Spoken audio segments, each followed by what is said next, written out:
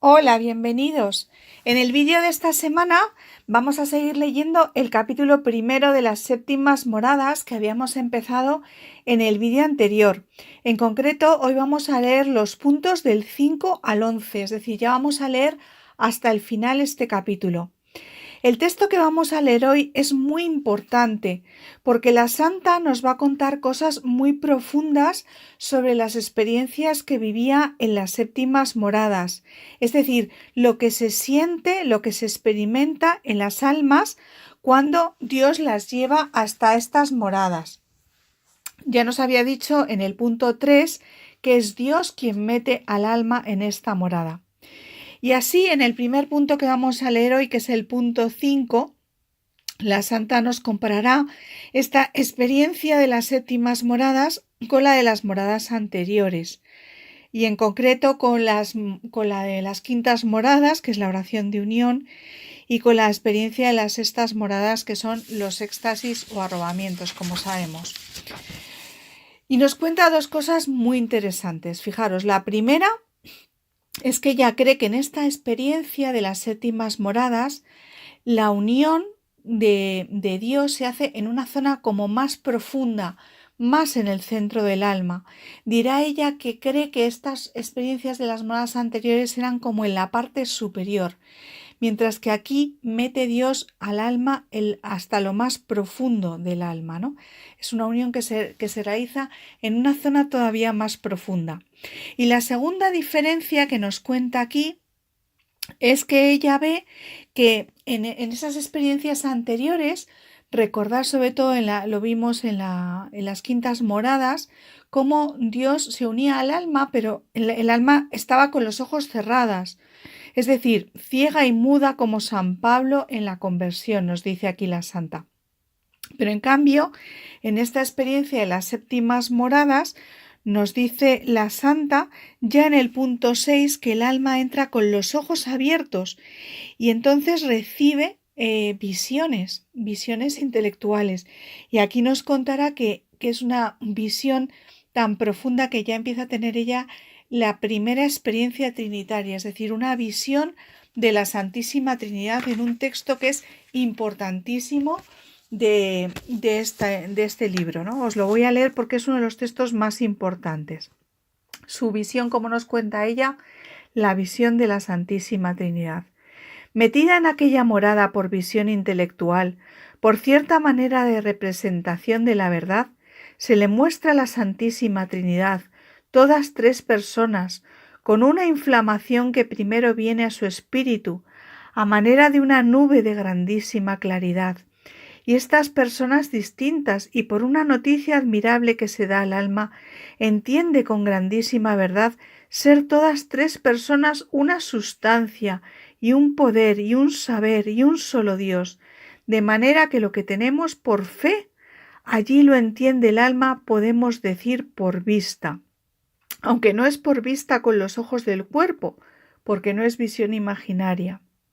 Fijaros qué bonita la descripción que nos hace la santa de cómo tiene esa visión intelectual y se le muestra que es verdad la Santísima Trinidad. Y también nos cuenta otra experiencia que es muy relacionada con esta, pero que es distinta, y es que también le comunica Dios al alma, le da como una revelación, como una luz muy fuerte para entender unas palabras concretas del Evangelio que dijo el Señor, ¿no?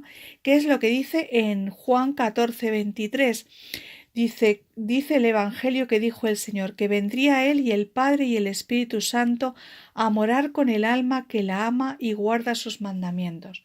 Y entonces en ese momento este texto se le hace como verdad, se le hace como experiencia. Y luego en el punto 7, fijaros cómo la santa se asombra de la diferencia tan grande que es lo que ella había vivido hasta ese momento, que era haber recibido por la fe el conocimiento de la Santísima Trinidad, del misterio de la Santísima Trinidad, y creerlo por la fe, y la diferencia que es ahora que lo ha experimentado, que lo ha vivido como una realidad, que es lo más real que le ha pasado en su vida. Es decir, es una experiencia tan real y tan profunda que no solamente tiene como un conocimiento de la Santísima Trinidad, sino que ahora sabe que es todo verdad, ¿no? Y se le ha revelado en su totalidad, en su verdad, ¿no? Fijaros que cómo se asombran los místicos siempre cuando se tienen experiencias grandes de Dios, como la diferencia tan grande que hay entre la fe y la certeza, porque a la persona ya le queda interiormente una certeza grandísima. Por esto que os digo, que no se trata simplemente de una experiencia como las experiencias que tenemos en esta tierra, las experiencias terrenas, sino que es una experiencia del cielo, es una experiencia sobrenatural que se vive como algo mucho más real que las realidades terrenas. Bueno, y luego también ella nos cuenta en este punto 7 otra cosa que es interesantísima y que es de la que va a seguir hablando en los puntos diferentes, ¿no? Para explicárnosla mucho más detenidamente. Y es que lo que dice es que después de esta experiencia, además, el alma se queda siempre con la compañía de la Santísima Trinidad. Dice, bueno, esto que acabo de decir, que es tan fuerte, ¿no? Decir que siempre la persona ya se queda en compañía de la Santísima Trinidad, lo tengo que explicar más detenidamente. Y lo primero que nos explica en el punto 8 es que, bueno, no quiere decir eso de estar siempre en compañía de la Santísima Trinidad, que la persona deje de ocuparse de las cosas del reino de Dios. Dice todo lo contrario. Dicen en la segunda frase del punto 8, mucho más que antes en todo lo que es servicio de Dios. Entonces, o sea, ya lo que dice es que estas almas no solamente no se quedan como una especie de éxtasis en esa visión y no se ocupan, no, todo lo contrario. Reciben con esto un impulso mucho más grande para entregarse todavía más a las cosas de Dios. Dice, mucho más que antes. Pero dice que en el momento en el que la persona pues está descansando o no está tan ocupada en las cosas, es cuando siente esa agradable compañía, que no le va a faltar nunca a Dios. Luego la cosa que nos dice en el punto 9, explicándonos bien cómo es esta sensación de presencia, dice, no os creáis que es tan intensa como en otras experiencias que nos había contado antes, como cuando nos contaba el vuelo del espíritu o el éxtasis, ¿no? Porque dice, si fuera tan intensa ese estar en presencia de la Santísima Trinidad como en esas experiencias, pues realmente la persona no podría hacer otra cosa más que estar embebida en esa experiencia. No, dice, no es con tan clara luz, dice ella, siempre que advierte que si hay en esa compañía no es con tan clara luz como esas otras experiencias, es decir, es una experiencia de menos intensidad. Y a ella se le ocurre, entonces, para explicárnoslo, esta comparación. Dice, os lo voy a explicar con esta comparación. Digamos ahora como una persona que estuviese en una muy clara pieza con otras y cerrasen las ventanas y se quedase a oscuras. No porque se quitó la luz para verlas, que hasta tornar la luz no las ve, deje de entender que están allí. O sea, que aunque la persona no tenga esa experiencia continua de tener la visión intelectual de la Santísima Trinidad, sin embargo, sabe que están allí, ¿no? Dice que es como si se quedara en la habitación oscura con otras personas, pero sabe que están allí. Y entonces a ella se le ocurre una pregunta en ese tono coloquial en el que está escribiendo, como en diálogo con sus monjas, una pregunta que se le podría ocurrir a alguien que estuviese escuchando esto, ¿no? Y dice, bueno, y la persona cuando quiere puede volver a ver, y dice ella, no está en su mano el volver a tener la visión, solamente es cuando Dios la quiere volver a dar. La persona sí que sabe que está en compañía, siente que está en esa compañía, pero la visión solamente cuando Dios la da. Después, en el punto 10 nos explica cómo otro de los efectos de esta experiencia, que dice que le sirve para ir muy adelante en la perfección, que se haya muy mejorada, es decir, que le sirve para crecer en las virtudes, y efectivamente vuelve a repetirnos que lo esencial del alma no se mueve el aposento, ¿no? Que siempre está en esa compañía. Y entonces, en el final de este punto 10 y luego el punto 11, nos va a explicar algo que ella dice que es muy delicado, que es muy sutil, pero es como que el alma siente la diferencia entre lo que es el alma y el espíritu, ¿no?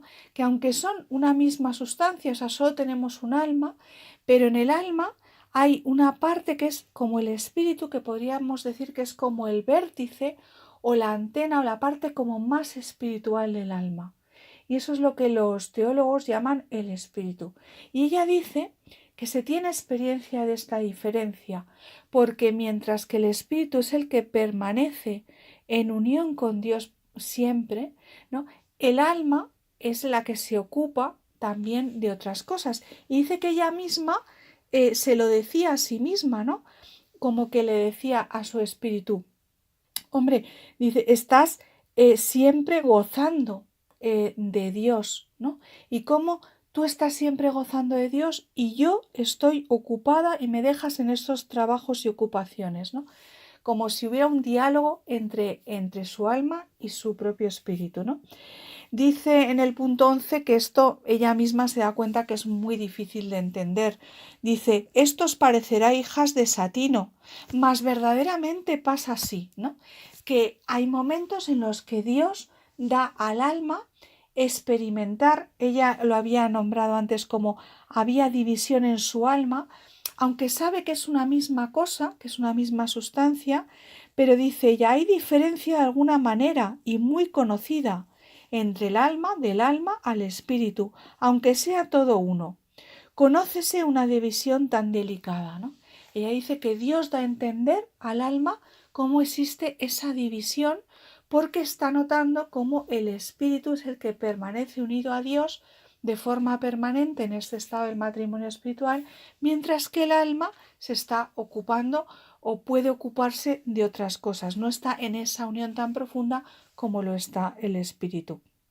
Bueno, pues hasta aquí os he tratado de explicar un poquito y poneros en antecedentes de lo que vais a leer, que es un texto impresionante de Santa Teresa, de los más profundos, en el que nos está explicando las cosas ya que ocurren en este estado final de unión del alma con Dios que llamamos matrimonio espiritual. Bueno, como siempre os animo a suscribiros al canal, activar la campanita y dejarme todos los comentarios o preguntas que queráis hacer, que yo con mucho gusto, en cuanto pueda, os contestaré. Muchísimas gracias.